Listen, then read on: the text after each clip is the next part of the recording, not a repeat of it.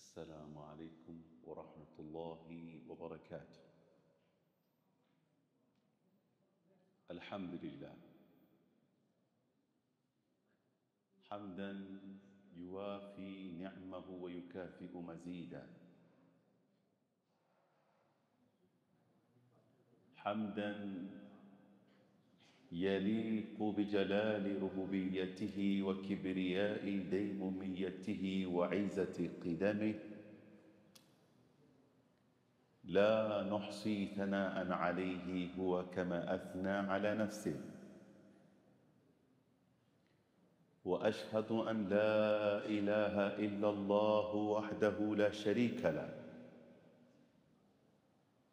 وأشهد أن سيدنا وحبيبنا وعظيمنا ومصطفانا وقدوتنا ووسيلتنا إلى ربنا محمدًا عبده ورسوله وصفيه من خلقه وحبيبه، أرسله الله تعالى رحمة للعالمين وهاديًا إلى صراط الله المستقيم. نشهد أنه بلغ الرسالة وأدى الأمانة ونصح الأمة وكشف الله به الغمة وجاهد في الله حق جهاده حتى أتاه اليقين. اللهم صل وسلم على سيدنا محمد في الأولين، وصل وسلم على سيدنا محمد في الآخرين، وصل وسلم على سيدنا محمد في الملأ الأعلى إلى يوم الدين، وصل وسلم على سيدنا محمد حتى ترث الأرض ومن عليها وأنت خير الوارثين. أما بعد، إخوة الأماجد، tukiwa katika darasa letu ambalo tuangazia ndani yake taharatul batin, usafi wa moyo, na tunamwomba Mola Subhanahu wa Ta'ala katika darasa ambazo tumetembea nazo katika masiku haya matukufu awe amesafisha mioyo yetu, amezitahirisha nyoyo zetu. Tunapoingia katika hadhara ya as-sala, tuingie katika maani tulioeleza katika vipindi viwili vilivyopita kuwa as-sala katika maana yake ya juu ni Mola Subhanahu wa Ta'ala anakupa nafasi maw'id raf'i al-humumi wal-kurub, ni appointment. Mola Subhanahu wa Ta'ala anataka kukupa utulivu wa moyo uliokuwa umejaa stress, una matatizo mengi, mambo yanakusumbua. Iftah as-salam bis-sala, fungua amani yako kwa kuingia katika sala. Tumesema pia katika maana ya as-sala huwa ni maw'id liqa al-mahbub, ni appointment ya kukutana na Mola Subhanahu wa Ta'ala. Unakutana na Allahu Jalla Jalalu, unapata nafasi ya kuzungumza na Mola wako Subhanahu wa Ta'ala. Istishari yako iwe ni ya taladhu, uone raha, usikie ladha ya sala yako kuwa unasema na Mola Subhanahu wa Ta'ala. Tukasema vile vile as-sala ni maw'idul irtiqa wal irtifa', ni mi'raj. Mwenyezi Mungu Subhanahu wa Ta'ala amekuletea ngazi atakaokupaza akupeleke juu kabisa katika hadhara, kama tulivyozungumza, aqrabu ma yakunu al-'abdu min rabbih wa huwa sajid, mahali anapokuwa karibu mja na Mola wake ni wakati anapokuwa misujudu. Na jana tumesema bikulli ikhtisar katika mambo ambayo yatatusaidia kuwa na hali hii ya hudhur katika sala, yaanza katika alwudhu, katika tahara. Wewe unapoosha mikono yako Unaposukutua unapandisha maji katika mdomo wako, unapopandisha maji katika pua yako, unapoosha uso wako, unapoosha mkono wa kulia na mkono wa kushoto, hizi zote ni hali anatakana mwanadamu awe atadhania mema kwa Mola Subhanahu wa Ta'ala. Ya Rabbi, nimeosha mdomo wangu, usinikoseshe maji siku kutakapokuwa kuna jua kali na kiu kali, usinikoseshe maji ya Rabbi. Umepandisha maji puani, ya Rabbi, usinikoseshe harufu ya pepo. Umetoa maji machafu, ya Rabbi, usinipe harufu ya motoni. Umeosha uso wako, ya Rabbi, nisafishe na uning'arishe uso wangu, siku ambayo nyuso zitang'arishwa na nyuso zingine zitatiwa uweusi. Usitutie katika kundi la wale ambao nyuso zao zitakuwa nyeusi, ya Rabbi, siku ya Kiyama. Tupe nuru. Naosha mkono wako wa kulia, unamwambia ya Rabbi, nipe kitabu changu kwa mkono wa kiume, kwa mkono wa kulia. Tumesema faman utiya kitabahu biyamini fayaqulu ha umqra'u kitabiya, yule ambaye atapewa historia yake na kitabu chake kwa mkono wa kulia, ina maana amefaulu. Na ndio kama katika baadhi ya riwaya Mwenyezi Mungu Subhanahu wa Ta'ala, na ni mawqif pengine tutazungumza katika dakika chache hapa, muadhin anaposema qad qamatis salah, kabla wewe haujaingia katika sala, ile hali ya alqiyam, unanyenyuka unaingia katika safu ya sala, ile hali ina picha inayofanana nayo. Leo unaambiwa qad qamatis salah, unaamka mwenyewe, lakini kuna kiyama ambao hautoamka mwenyewe, utalazimika kusimama. Watu wote wameketi katika hadhara, ulimwengu mzima uko katika uwanja mmoja, wasikie jina lako laitwa, liyaqum fulanun ibnu fulana, ainuke fulani mwana wa mama fulani aje mbele katika mahkama ya Mola Subhanahu wa Ta'ala. Wewe hapo unaambiwa qad qamatis salah, wainuka kwa raha mwenyewe, lakini kesho siku ya Kiyama kutasimamishwa, kutaadhiniwa. Fayuadhinu almuadhin, ataadhini mwenye kuadhini, aambie jamaa haya simameni, fulani anyenyuliwe, apelekwe katika maaradhi ya Mola Subhanahu wa Ta'ala. Mwenyezi Mungu azungumze na mimi na wewe kwa lugha ambayo kwamba la yahtaju ila turjuman, hahitaji mtu kufasiriwa, hauhitaji mtu wa katikati kuwepo kati yenu, ni wewe na Mola wako jalla fi'ala.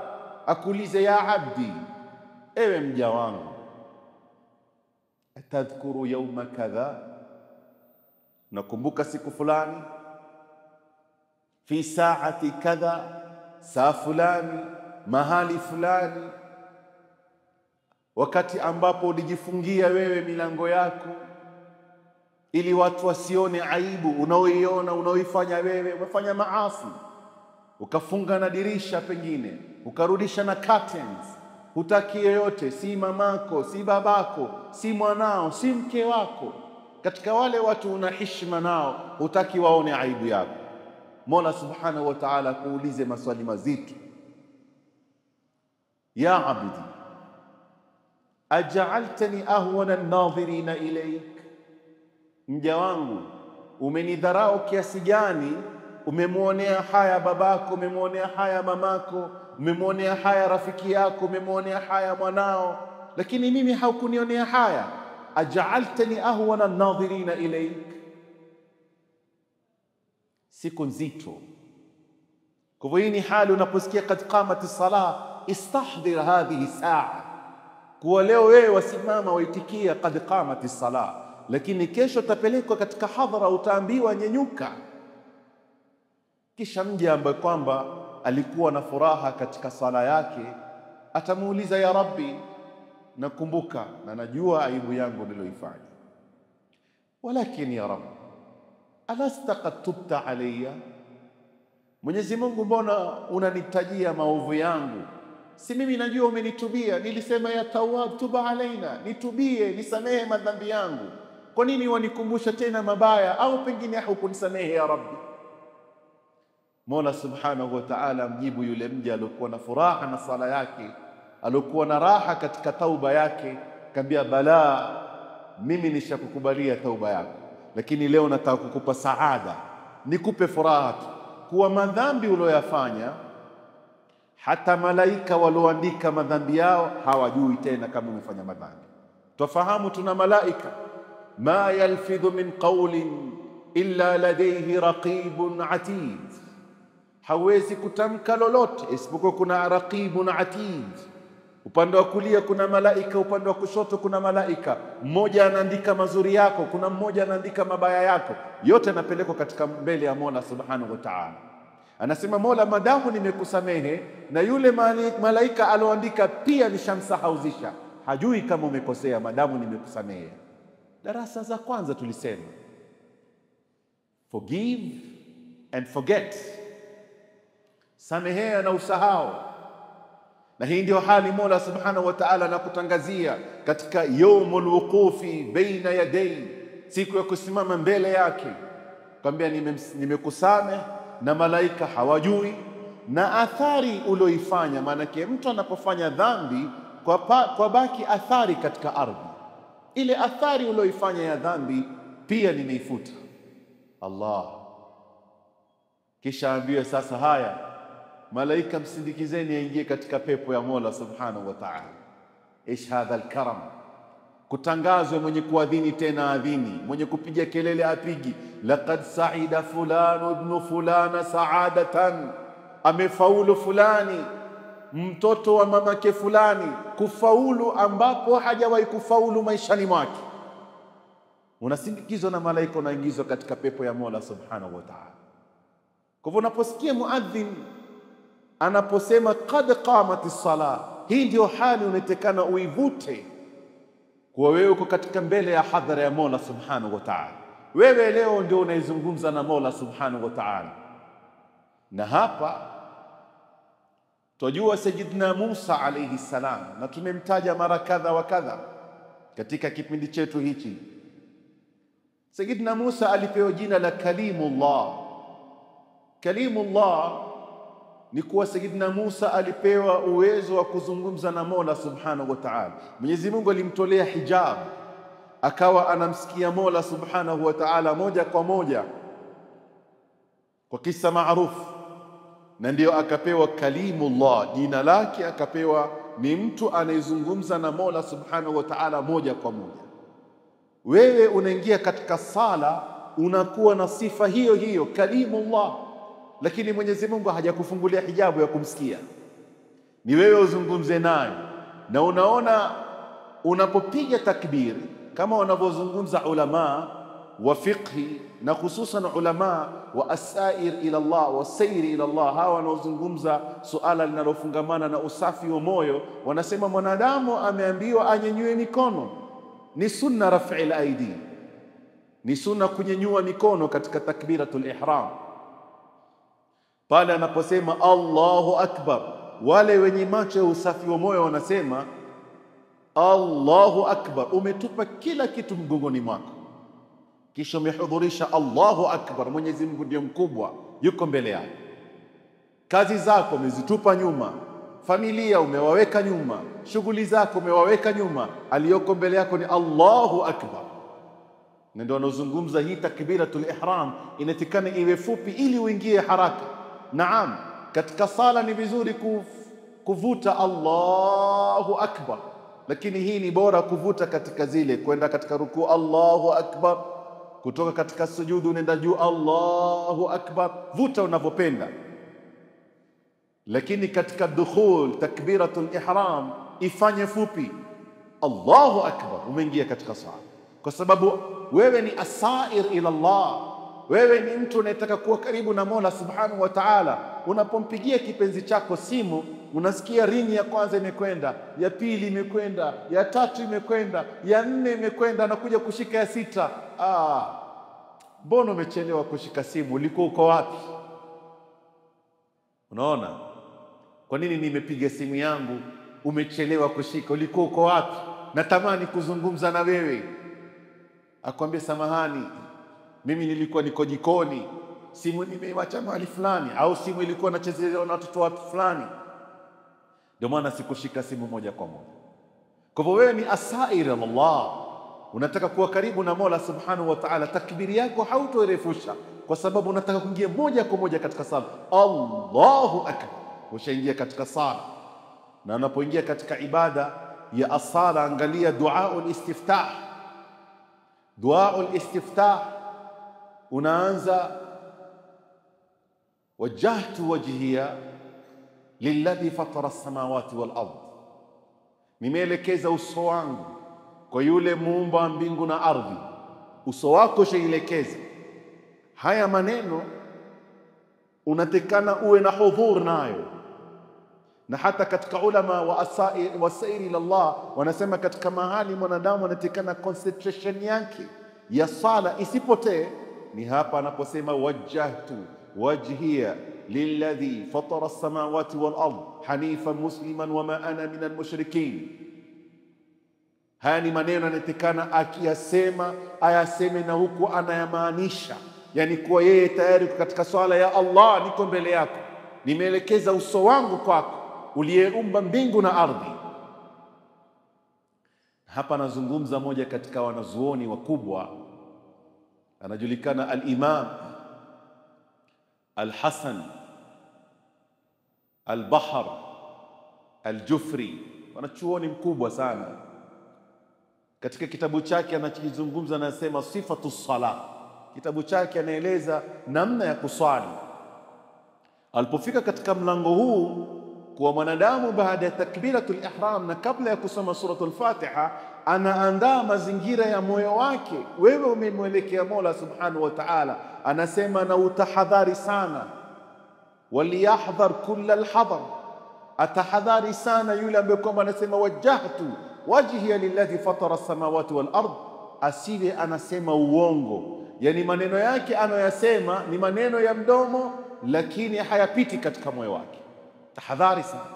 Kwa unaposema wajjahtu, kweli iwe moyo wako umeelekea wajjahtu wajhiya lilladhi fatara as-samawati wal ard hanifan musliman wama ana min al-mushrikin. Haka ukimaliza dua hiyo unaingia katika suratul Fatiha ambayo inajulikana kama Fatihatul Kitab, na kama tulivyotaja katika darasa zilizotangulia, na hapa pia tutasimama katika muda mdogo tuangalie vipi wewe unazungumza na Mola wako na vipi Mola Subhanahu wa Ta'ala anakujibiza. Yani kuna mazungumzo wewe wasema na Mola Subhanahu wa Ta'ala yuwasema. Unaposema baada ya hapo bismillahir rahmanir rahim alhamdulillahi rabbil alamin, Mwenyezi Mungu anasema hamidani abdi, mja wangu amenihimidi. Arrahmanir rahim athna alayya abdi, mja wangu amenisifu. Maliki yaumiddin majjadani abdi, mja wangu amenitukuza. Wa huwa almajid, Mwenyezi Mungu Subhanahu wa Ta'ala ametukuka, yeye ni mtukufu tangu kitambo. Lakini kile unachozungumza katika suratul Fatiha, Allahu jalla jalaluhu anazungumza na malaika akiwaambia hamidani abdi, amenihimidi mja wangu. Asna alayya abdi, amenisifia sifa nzuri mja wangu. Majjadani abdi, amenitukuza mja wangu. Haya, unapofika katika iyyaka na'budu wa iyyaka nasta'in, angalia maneno haya. Iyyaka na'budu, wewe peke yako ndiye tunakuabudu. Wa iyyaka nasta'in, na wewe peke yako ndio tunautaka usaidizi.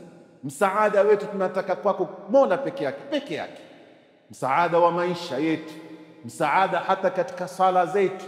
Allahumma a'inni ala dhikrika wa shukrika wa husni ibadatik. Tasta'inu billah, unamtaka Mola Subhanahu wa Ta'ala akupe usaidizi, akupe nguvu katika kufanya taa yake. Ni wengi wanaoswali lakini mioyo yao haina hudhur. Kwa hivyo akipiga Allahu akbar ashafungua faili ya biashara fulani na mdai. Allahu akbar, gari langu sijui kama lishatolewa side mirror. Allahu akbar, wafanyikazi wameharibu biashara. Allahu akbar, nyumbani kuko hivi. Allahu akbar, wewe katika sala yako ushaanza mahesabu.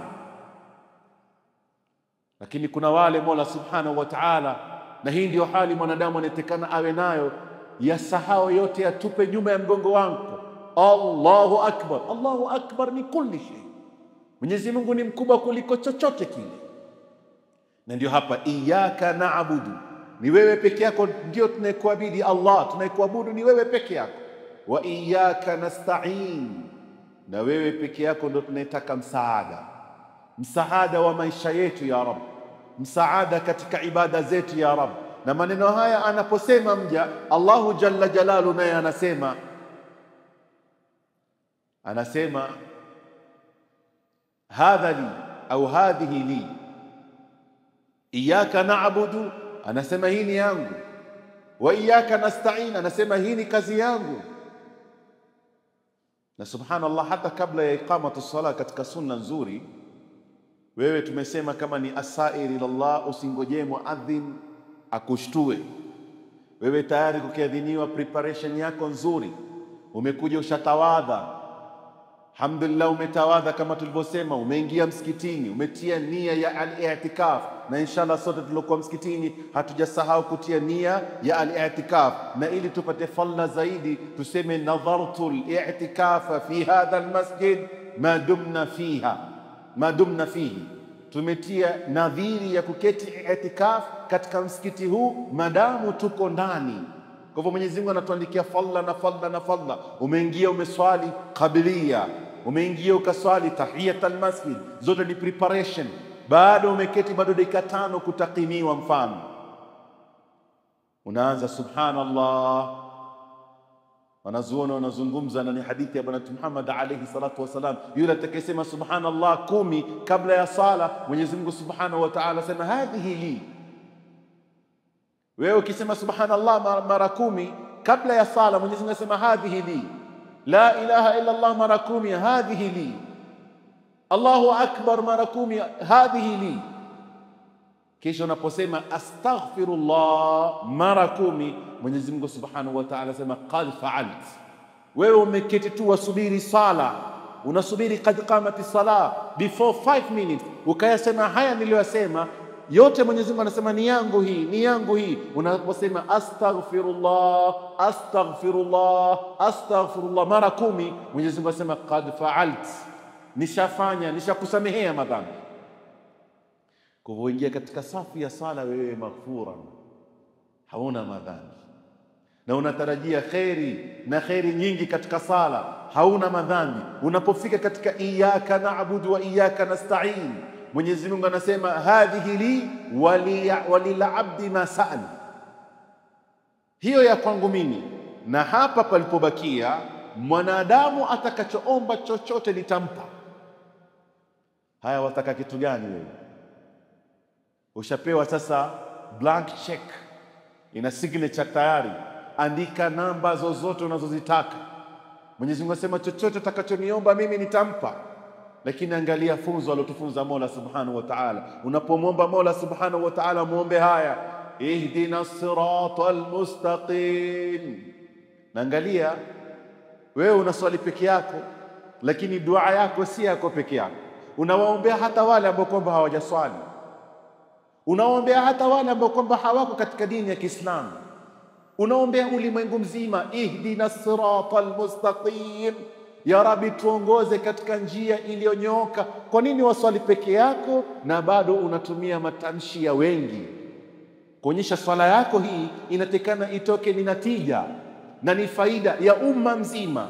Swala yako inatekana iwe ni natija na faida ya umma mzima. Watoto wako ihdina siratal mustaqim, ndugu zako ihdina siratal mustaqim, wafanyikazi wenzako ihdina siratal mustaqim, majirani ihdina siratal mustaqim, ulimwengu mzima ihdina siratal mustaqim. Ya Rabbi tuongoze katika njia iliyonyooka.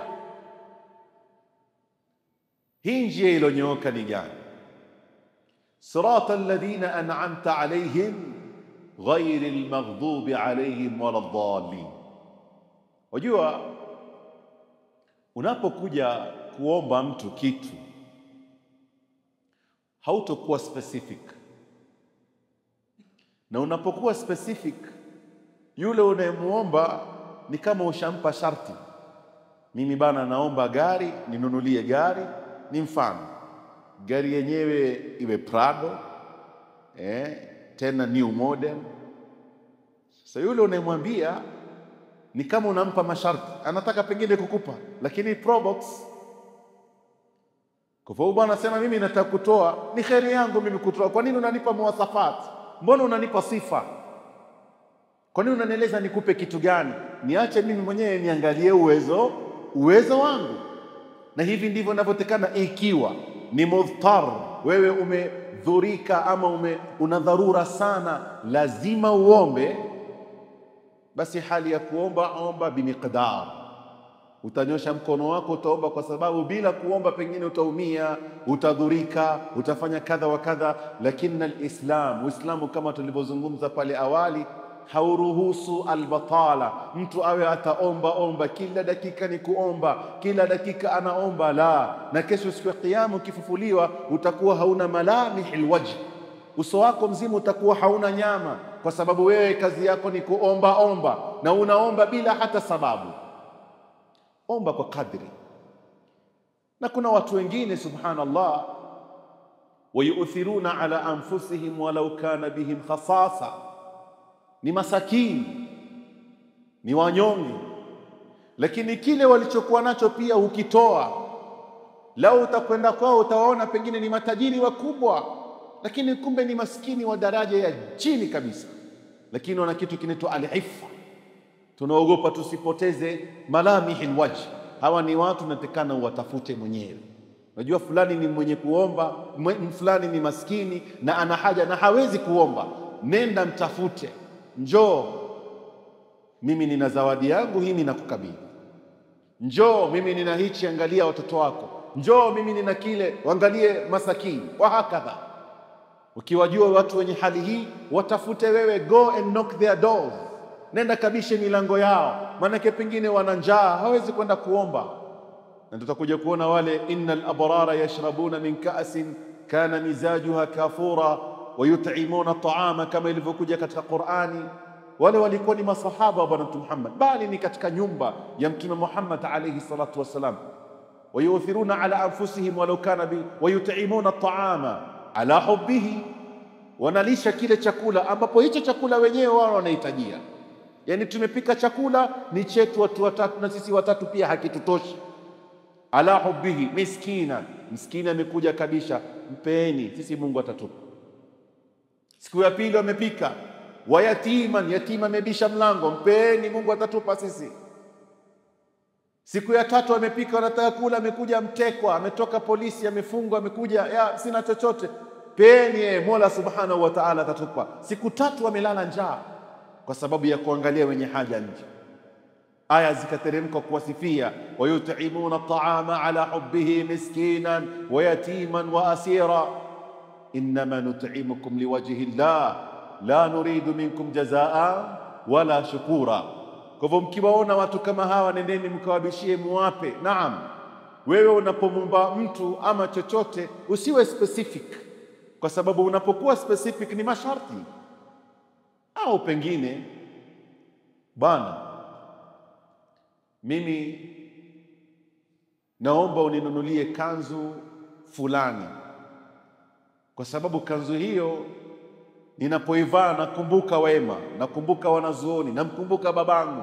Kwa hivyo utakuwa umenifanyia wema mara mbili. Umenipa kitu ambacho kwamba kimenistiri, na umenipa kitu ambacho kwamba kimenikumbusha wema, ala sabili almathal. Na hivi ndivyo katika dua hili, ihdina sirata almustaqim, Mwenyezi Mungu tuongoze njia iliyonyooka. Kwa hivyo njia iliyonyooka Mwenyezi Mungu anaijua moja kwa moja ni njia gani, lakini angalia, sirata alladhina an'amta alayhim, hiyo njia iliyonyooka. Ya Rabbi, tuongoze njia ya wale uliowaneemesha. Ni nani hawa walioneemeshwa? Anakuja sahaba mmoja ambaye alikuwa na mapenzi na Mtume Muhammad alayhi salatu wasalam, na masahaba wote walikuwa na mahaba. Anakaa anaona, mimi siwezi kutoka tena ndani ya nyumba, ameketi na huzuni. Sayyidina Rasulullah akiangalia katika safu, anamuona kuna fulani simuoni darasani, simuoni msikitini, ana nini? Ewe Bilal, nenda kamwangalie. Ewe fulani, nenda kamwangalie sahaba fulani, simuoni katika msikiti. Na hivi ndivyo Waislamu Wakienda kule, yule bana anakataa kufungua mlango, sema la bana, tumetuma na Mtume Muhammad. La, sitaki kuzungumza na mtu. Siku 3 Mtume Muhammad amemaliza swala yake, akasema leo nitakwenda mimi kwenda kujulia hali. Akibisha mlango, anafungua mlango, nafikiri jina ni Handhala. Anamuuliza Rasulullah, kwa nini wewe sikuone msikitini? Bana, ukimwangalia uso wake umejaa machozi, mwili wake umedhoofika, amekuwa mnyonge. Naambia ya Rasulullah, mimi nimejiwa na fikra, na fikra hii imenitia huzuni sana. Fikra gani? Ya Rasulullah, mimi naja msikitini, twaketi na wewe, twazungumza, twasoma, twafaidika, twaona raha tukiona uso wako ya Rasulullah. Leo tuko duniani, twafurahika tukikuona. Kesho tukienda peponi, utakuwa katika makamu ya juu, utakuwa katika Firdaus al-A'la, Jannatul Firdaus al-A'la. Sisi tutakuwa tuko wapi ya Rasulullah? Hatutopata bahati ya kukuona ya Rasulullah. Kwa hivyo imenijia hali mimi nikawa nahuzunika kuwa nitakumiss ikiwa tutaingia peponi.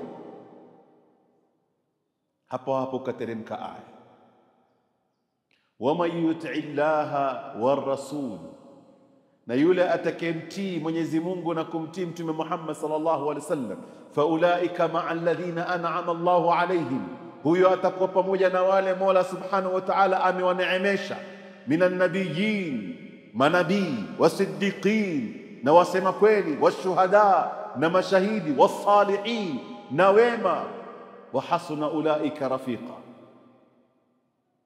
Worry not, usiwe na wasiwasi madamu wewe unamsikiliza Mtume Muhammad, madamu wewe unatii amri ya Mtume Muhammad na Mwenyezi Mungu Subhanahu wa Ta'ala. Mwenyezi Mungu atakutia katika kundi la manabii. Wewe sio nabii, lakini utakuwa pamoja naye, utamuona Mtume Muhammad wakati wowote unapojisikia, utakuwa ukizungumza naye wakati wowote unapojisikia. Ndio ihdina sirata almustaqim sirata alladhina an'amta alayhim ghayril maghdubi alayhim waladdallin. Al-Imam al-Harawi, moja katika wanazuoni wakubwa, ametunga kitabu anakiita Manazilu Sairina baina iyyaka na'budu wa iyyaka nasta'in, kitabu kinachozungumzia maana iyyaka na'budu wa iyyaka nasta'in, al-Imam al-Harawi.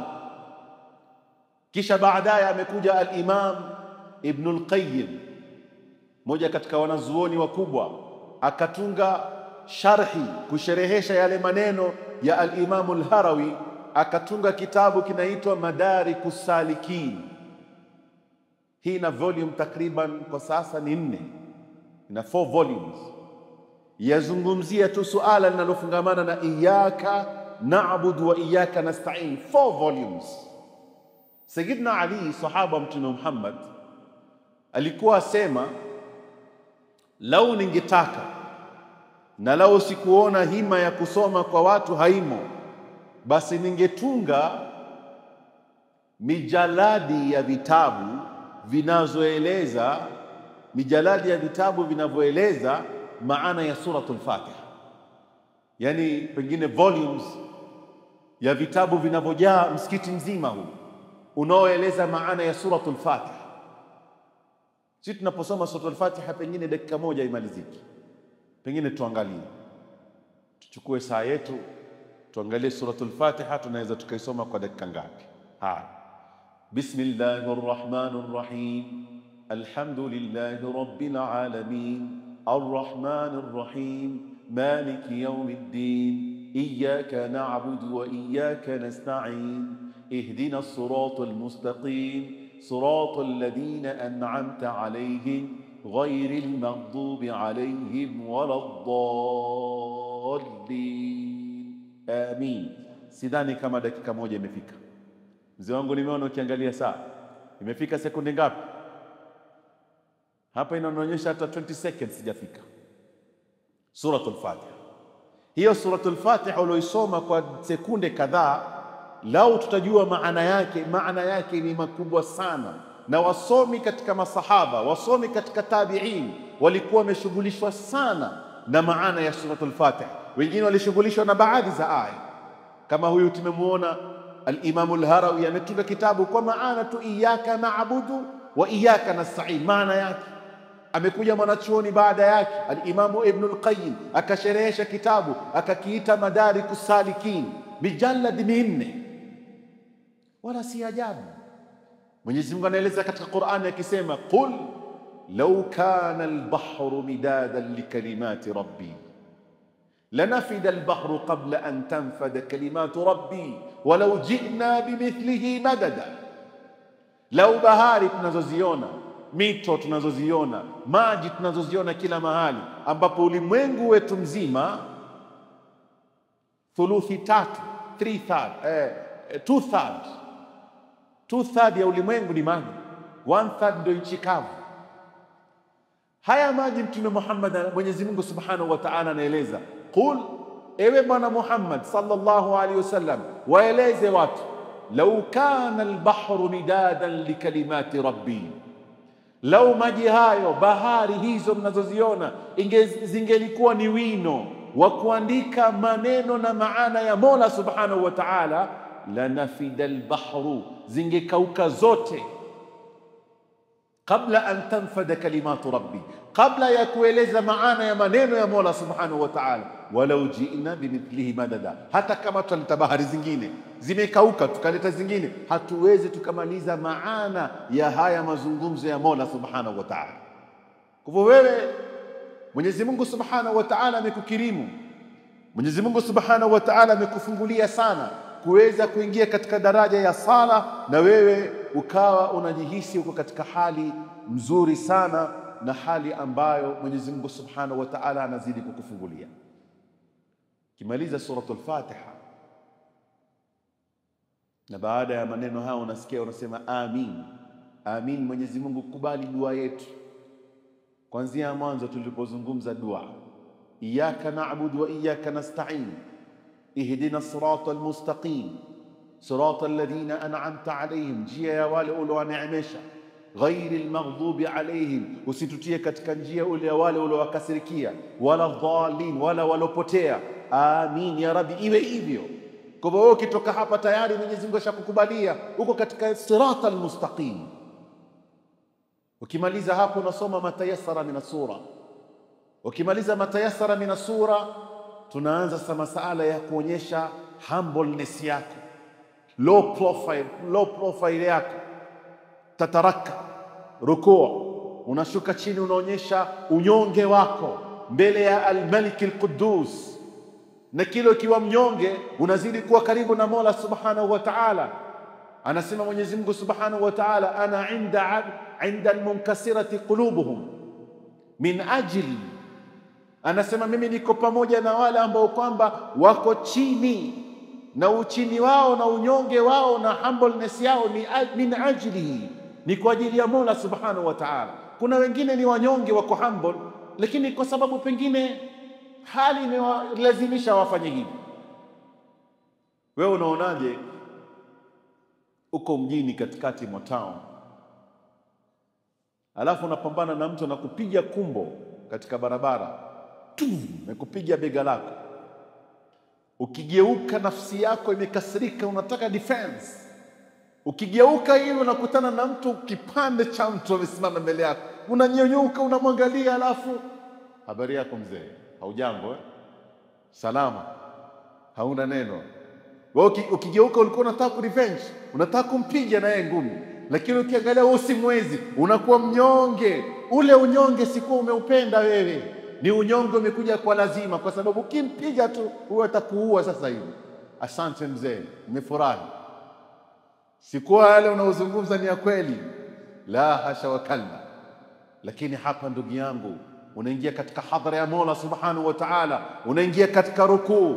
Anasema Mwenyezi Mungu Subhanahu wa Ta'ala, ana inda al-munkasirati qulubuhum min ajli, wala ambao kwamba wananyenyekea kwa ajili yangu, mimi niko pamoja na wao. Ma'iyatullah, uko na pamoja na Mola Subhanahu wa Ta'ala. Unarudi unasema sami Allahu liman hamida. Imamu amesema, au unaswali peke yako, na haya maneno yasikilize vizuri, sami Allahu liman hamida. Mwenyezi Mungu Subhanahu wa Ta'ala amemsikia alomhimidi, amemsikia alomsifia Mola Subhanahu wa Ta'ala. Yani dua yako haijapita patupu, Mwenyezi Mungu ameisikia dua yako. Wasikia vipi ikiwa Mungu anakuambia sami Allahu liman hamida? Yule al-A'rabi mbedui, na wabedui wanajulikana ni watu walikuwa na dhauq, wana taste nzuri, kwa sababu wanaishi katika albadia, wanaishi kwa shambani.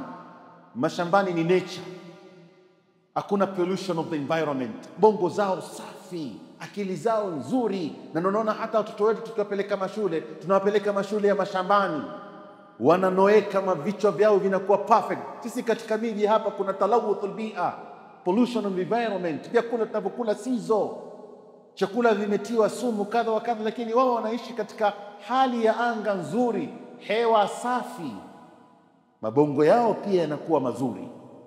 Kwa hivyo wanasifika watu wa badia, mabedui, kuwa ni viumbe ambao wao wana dhauq nzuri sana. Alikuja akajikuta katika sala ya Mtume Muhammad, alladhi yusalli bin nas rasulullah, Mtume ndiye anaisalisha, amesali. Mara namsikia Mtume Muhammad anasema sami Allahu liman hamida.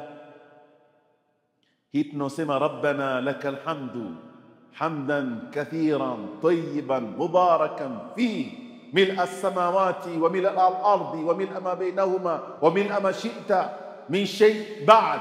Hani maneno yalitoka kwa mbedui, ameyasema kwa furaha kuwa Mwenyezi Mungu amesikia leo muhimidi, akasema ngoja niongeze, rabbana lakal hamd, mola unauhimdi, mil'a as-samawati hamdan kathiran tayyiban mubarakan fi, himdi ambazo kwamba ni nyingi, tayyiban nzuri, mubarakan fi, zina baraka ndani yake, mil'a as-samawati, zijae mbingu zote, wa mil'a al-ardi, zijae katika ardhi, wa mil'a ma bainahuma, zijae katikati, wa mil'a ma shi'ta min shay'in ba'd.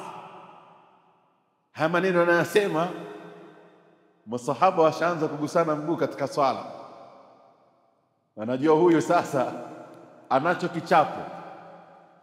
Wakimaliza kuswali, Rasulullah sallallahu alaihi wasallam anawaelekea masahaba wale waliokuwa kiswali pamoja nao. Baada ya zile adhkar, nasema yuko wapi yule aliyekuwa akisema rabbana lakal hamdu hamdan kathiran tayyiban mubarakan fi? Jamaa akajua hapa kuna kichapo. Kila mmoja kimya, jamaa anamgusa, si wewe ulikuwa ukisema, sema sasa. Anauliza mara ya pili, wapi walikuwa wakisema hivyo? Jamaa kimya. Aona mimi pengine nimekosea katika sala na hapa nitahujumiwa na Mtume Muhammad. Mtume Muhammad anasema, nimeona bid'a wa 30 malakan, nimeona malaika zaidi ya 30 wanapigania kuandika rabbana lakal hamdu hamdan kathiran tayyiban mubarakan fi, kutokamana na fadhila zake. Tayib, sisi ni watu wa sunna na sunna zatoka kwa Bwana Mtume Muhammad alayhi salatu wassalam, lakini kama ilivyokuja katika ilmu ya ahli sunnati wal jamaa, sunna ziko sampuli 3 au 4. Baadhi ni sunna qauliya, ni aidha ni maneno ya Mtume Muhammad moja kwa moja, au fi'liya, vitendo vya Mtume Muhammad sallallahu alaihi wasallam, au taqririya. Taqririya ni silent approval, ni mambo au maneno yamesemwa na mwingine Mtume akayakubali, inaingia katika sunna. Na huyu Arabi akatusaidia kwa tunapoingia katika sala tuvute hisia zetu, samia Allahu liman hamida.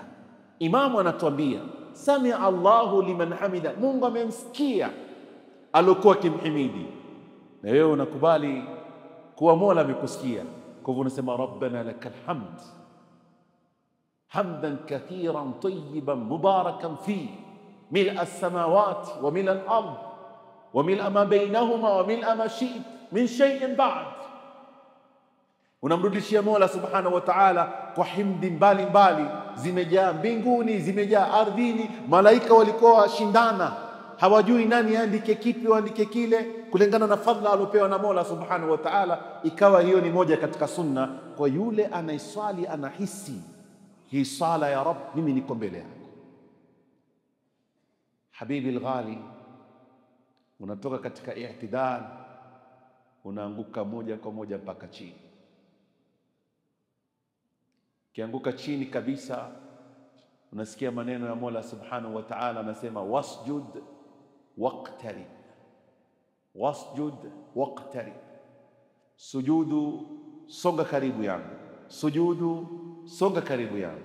Je, wasikia raha unaposujudu? Waona ladha ya kuwa unaposujudu?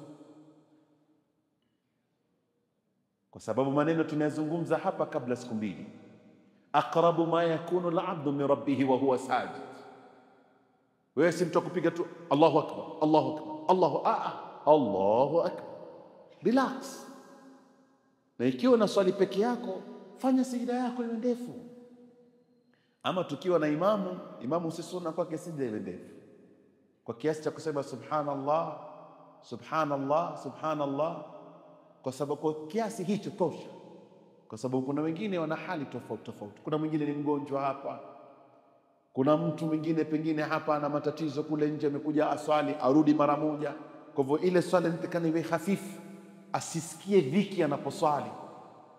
Na ndio mara nyingine Bwana Mtume Muhammad alayhi salatu wasalam, katika sala iliyokuwa ndefu ya Mtume Muhammad ni salatul fajr. Swala alfajiri yake ilikuwa ndefu, lakini alikuwa anaweza mara nyingine kuifupisha ile sala, kwa sababu amemsikia mtoto yualia.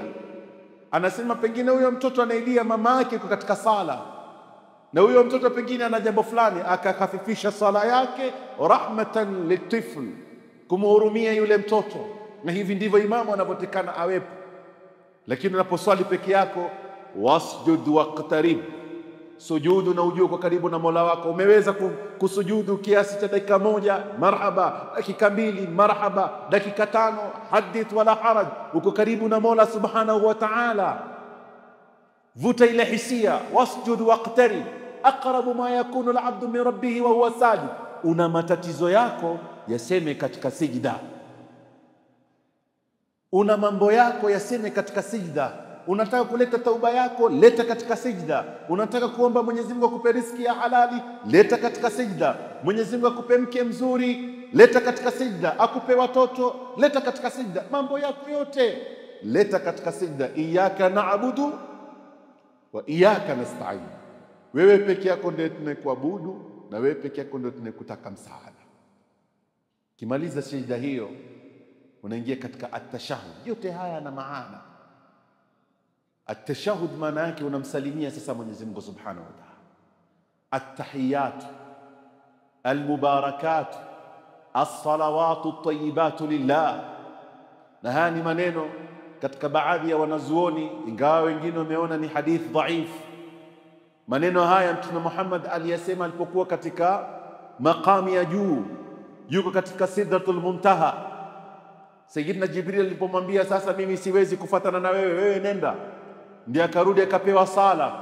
Alifika mahali katika hadhara qudusiyya, Mtume Muhammad akasema at-tahiyatu al-mubarakatu at-tayyibatu as-salawatu lillah. Akimaliza hapo amemsifia Mwenyezi Mungu. At-tahiyatu maana yake ni mamkuzi mema, at-tayyibatu mamkuzi mema mazuri, as-salawatu zenye rehma, al-mubarakatu yenye baraka, lillah ni za Mwenyezi Mungu Subhanahu wa Ta'ala. Akimaliza hapo Mwenyezi Mungu akampa salamu, assalamu alayka ayuha nabiy wa rahmatullahi wa barakatuh. Na wewe Muhammad alayhi salatu wassalam, assalamu alayka, na wewe uwe na amani ewe nabii, wa rahmatullahi wa barakatuh. Mtume Muhammad ile amani na dua na maombi na baraka aliyopewa na Mola Subhanahu wa Ta'ala akaigawanya, hakubaki nao peke yake. Akasema assalamu alayna wa ala ibadillahi salihin. Hiyo amani inshallah iwe ni yetu na waja wa Mola Subhanahu wa Ta'ala ambao ni wema. Na hivi ndivyo katika maana yako ya sala, kila unachokisema katika sala haibaki kuwa ni yako peke yako, wawaombea na waumini wengine, iwe ni hidayah, iwe ni khair. Wewe mtoto wako asikii, mfano wasema naye hakusikii, mshtakie Mungu. Wewe ingia katika sala, mshtakie Mungu. Ya Rabbi, wewe ndio ulionipa mtoto, mimi nimezungumza naye, mimi nimefika wakati naona na shida. Ya Rabbi, nitengenezee mtoto wangu. Ingia katika sala. Wewe umetafuta kazi, mambo hayawi, umejaribu connection ulizokuwa nazo, mambo hayawi, ingia katika sala. Ya Rabbi, wewe ndio unaleta duniani, ya Rabbi wewe ndio unanipa riziki, nifungulie hii milango ya Rabbi. Nilie Mola Subhanahu wa Ta'ala. Wewe matatizo yako yoyote, ingia katika sala. Leo katika hali inayoendelea leo Gaza, Palestine, Mwenyezi Mungu Subhanahu wa Ta'ala awafanyie tafrij, awafanyie wepesi, awasahilishie mambo yao na mshinde mzayuni ya Rabbul Alamin. Na dua hii tusisahau katika sala, hususan katika sijda. Tumwombeni Mola Subhanahu wa Ta'ala katika masiku haya bora, tukiingia katika sijda itakuwa na kabuli insha Allah Ta'ala, ushindi tutaupata karibu. Wahaka unapomaliza sala yako, naangalia maana makubwa haya, unasema assalamu alaikum wa rahmatullah, assalamu alaikum wa rahmatullah. Kwa nini tunatoa salamu baada ya sala? Kwa nini tunatoa salamu? Kwanza, ikiwa unaswali salatul jamaa, ile assalamu alayka kusudia kwa unawasalimia ndugu zako walioko kuliani na kushoto, sawa ni wanadamu au hata malaika, kwa sababu wewe umezungukwa na malaika. Hili ni jambo la kwanza. Lakini kwa nini tutoa salamu baada ya sala? Hili ni jambo litatushangaza sana, lakini ni kuonekana sisi tulipoingia katika sala hali yetu ilikuwa tofauti. Kwa hivyo hali yetu ilipokuwa ni tofauti, unatangaza amani dunia nzima, kwa sababu amani hiyo ina kheri. Mfano, mtu anapotoka umra au mtu anapotoka haji, ni sunna sisi twende tukampokee yule bwana. Zamani ilikuweko, lakini sasa alhamdulillah mtu anaona hata hasemi, akiwa anaenda zake umra hamwambii mtu, nakata tikiti huyo, ni sawa. Lakini kuna watu wanajulikana, watu wako karibu, mkeo, watoto wako, best friends wako, ni vizuri kuambia, jamani nimepata safari ya kwenda zangu umra, niombeni Mungu. Na wao kwambia na ukienda kule usitusahau. Lakini kwa nini hatusemi? Kwa sababu ukiambia mtu tu usisahau kuniletea kanzu, bala, usisahau kuniletea kitu fulani, usisahau kuniletea kitu fulani, pengine hata mi pocket money yangu hainitoshi. Kwa hivyo kile ukimwambia mtu jue, niletee maji ya Zamzam, niletee tende, na wewe una marafiki zaidi ya 100, mtamletea nani? Nisimletee nani? Ni vizuri kuambia, wewe mwenyewe utaleta kwa kadri yako, na wewe usimpe mtu taklifu. Kila anayekwambia mimi naenda safari, ukamwambia basi inshallah usisahau kuniletea kitu fulani, huwa anatoa katika list. Kesho nikienda simwambii, kwa sababu atanipa kazi sitoiweza, kisha mwisho itakuwa ibada ni karaha. Yule anayekwenda katika ibada ya umra na haji, huwa tunafaa kwenda kuwapokea. Bana, mimi siku fulani narudi, kama ni airport, twendeni tukashuke airport, tumpokee, tumsalimie, tumkumbatie, kwa sababu huyu bana ametoka mahali. Kwanza, kama wanavyozungumza, hajjan mabruran wa dhanban maghfuran wa tijaratan lan tabur. Hajjan mabruran, haji yake inshallah imekubaliwa, wa dhanban maghfuran, amesamehewa madhambi yake, hana madhambi. Huyu anarudi kama siku ile aliozaliwa na mamake, mwema. Nenda kamuai kabla hajaanza kukutana na machafu duniani, mpate tu ametoka kwenye airport. Tuombe Mungu. Mtu wa umra na haji hivi, na kisha akapewa wakati mwenye aliokwenda umra na haji ana dua mustajab kwa kadri ya mwezi mzima. Mwezi mzima amepewa nafasi ya kuomba dua akubaliwe. Angalia hali hiyo hiyo anaipata mwenye sala. Tena mwenye sala hasubiriwi kufuata, yeye mwenyewe anaitoa automatically. Akimaliza tu ile ibada yake, assalamu alaikum wa rahmatullah, assalamu alaikum wa rahmatullah, anatangaza amani, anatangaza upendo kwa ulimwengu mzima.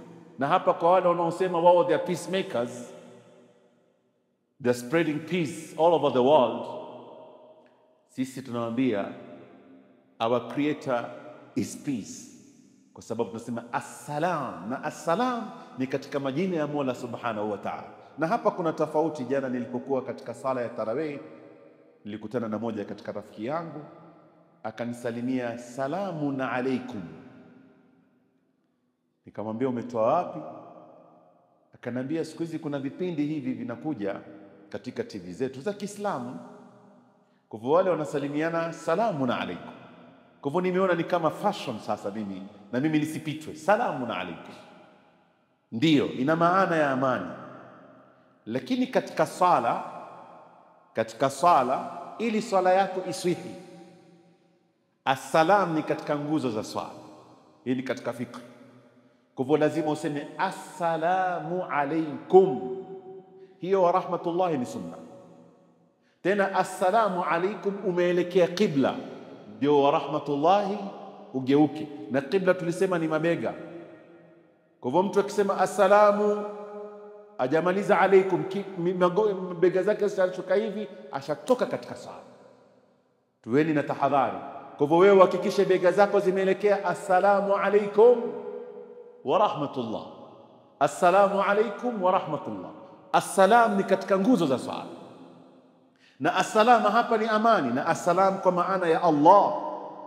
Kwa hivyo wale wanaosema sisi we are peacemakers, we are spreading peace, sisi Waislamu tunatangaza amani ulimwengu mzima kwa kila sala tunaosali. Na leo research inaonyesha kila dakika ni dakika ya swala katika ulimwengu. Kenya hapa tuna timing yetu. Ukitoka katika Afrika pengine nchi tofauti tofauti, wengine wanaswali ya dhuhuri saa hii, wengine wanaswali alasiri baada kidogo, wengine wanaswali. Kila dakika ni time ya swala katika ulimwengu mzima, na kila mmoja anasema assalamu alaikum wa rahmatullah. Kwa hivyo wewe you are an ambassador, you are a peace maker and you are an ambassador of peace.